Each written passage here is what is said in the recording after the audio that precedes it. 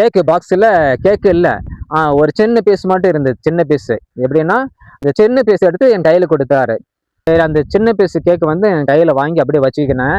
வச்சுட்டு சரி, பாஸ்டருடைய மகன் வந்து எனக்கு ஜெபம் பண்ணார். ஜெபம் பண்ணிட்டு சரி, ஜெபம் பண்ணிட்டு சரி விஷ் பண்ணிட்டு என்னோட பாஸ்டருக்கும் பாஸ்டருடைய மகனுக்கு விஷ் பண்ணிட்டு நான் கடந்து போனேன். சரி, புறப்படலாம், வீட்டுக்கு போகலாம்னு சொல்லிட்டு கடந்து போகும்போது, சபைக்கு நடுவில் போகும்போது என்னோட கையில் சில்லுன்னு நம்ம கையில வந்து ஐஸ்கிரீம் வச்சா எப்படி இருக்கும், சில்லு ஒரே கையில் சில்லு அனுக்கும்.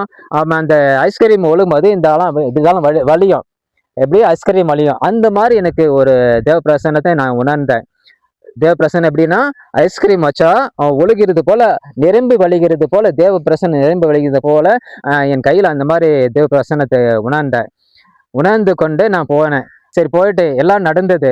எனக்கு இதெல்லாம் ஞாபகமே இல்லாத போது நான் கேக்கு கொடுக்க போன வருஷம் கேக் கொடுத்தேன். அப்போதான் இந்த ஞாபகம் வருது. எப்படி என்றால் இந்த வரத்தை எனக்கு கொடுத்துருக்காரு அப்படின்னு. அப்பயே அந்த மாதிரி எனக்கு நினைவு வந்தது. ஆண்டவர் கொடுத்த வரத்தை கொண்டு நான் மக்களுக்கு கேக் கொடுத்து வருகிறேன். போன கடந்த வருஷத்துல எப்படியும் 14 கிலோ கேக்கு, எப்படியே சாக்லேட் பை, டாலர் பை ஒன்று வாங்கும்படியுமாக ஆண்டவர் உதவி செய்கிறார். பெரிய பை சரக்காலம் கொண்டு போவாங்க, அந்த பையில் நான் அந்த கேக்கெல்லாம் வடித்து அடுக்கி கொண்டு போனேன், மக்கள் கொடுப்பேன். இன்னும் நான் செய்ய விரும்புகிறேன். இன்னும் இல்லாத ஆத்துமாக்களுக்கு, இல்லாத ஏழை பிள்ளைகளுக்கெல்லாம் நான் ஏதாவது செய்யணும், இந்த ஆண்டவருடைய மகிமைக்காக ஏதாவது செய்யணும்ன்ட்டு நான் விரும்புகிறேன். ஆகரத்து கொடுக்க வேண்டும் என்று விரும்புகிறேன்.